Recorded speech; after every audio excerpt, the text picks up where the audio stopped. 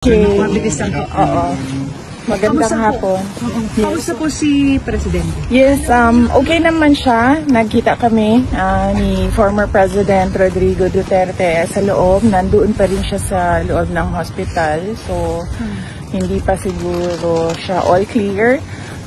Base siguro sa assessments ng doctors niya. He's in very good spirits. Meron siyang, tinanong ko siya kung kamusta yung pagkain, sabi niya meron namang rice. And then tinanong ko siya kung paano yung ulam, sabi niya half-half daw. So hindi ko alam kung ano yung ibig sabihin ng half-half. Giniling ko about it. Half-half. Bisaya lang tayo, Bisaya. Oh. Kami Bisaya. Yes. Regarding the legal, his legal team and his decision na sabi ni Attorney Roque, he has to decide on, has he made that decision?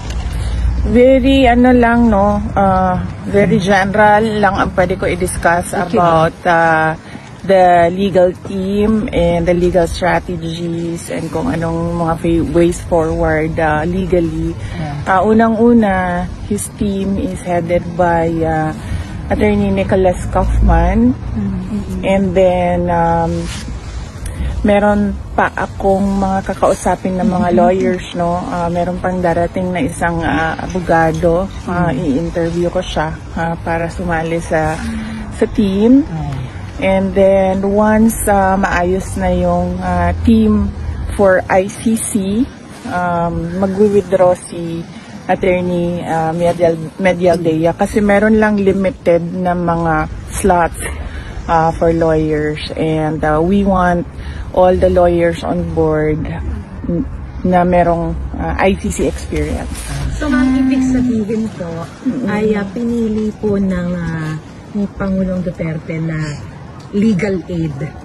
Kumbaga the court from the ICC Or own money? For the Financial council. assistance. Kasi parang dalawa raw po yun. Either the court pays for the councils or it's the Own money. president. Sa matter, on that matter, no, it's best if you ask Nicholas Kaufman kung ano yung direction nila, since siya yung lawyer and si former President Rodrigo Duterte yung client. So I am just here to assist President Duterte sa pag-create ng legal team. Kasi every time na pumapasok ako doon, pinapauwi na niya talaga ako. Yung pa rin na sinasabi. So ma'am, ano pong sinabi niya sa kanya dahil pinapauwi na po kayo? Paulit-ulit kasi siya sa sinasabi niya na what are you doing here? Umuwi ka na ng Pilipinas.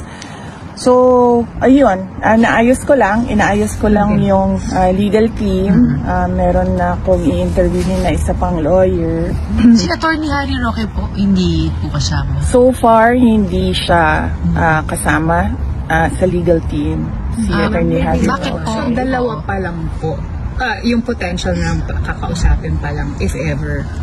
Meron na kaming listahan, pero yung isa kasi darating siya dito. So, puro foreign. Foreign po yun. Yes, oo. Ilan po?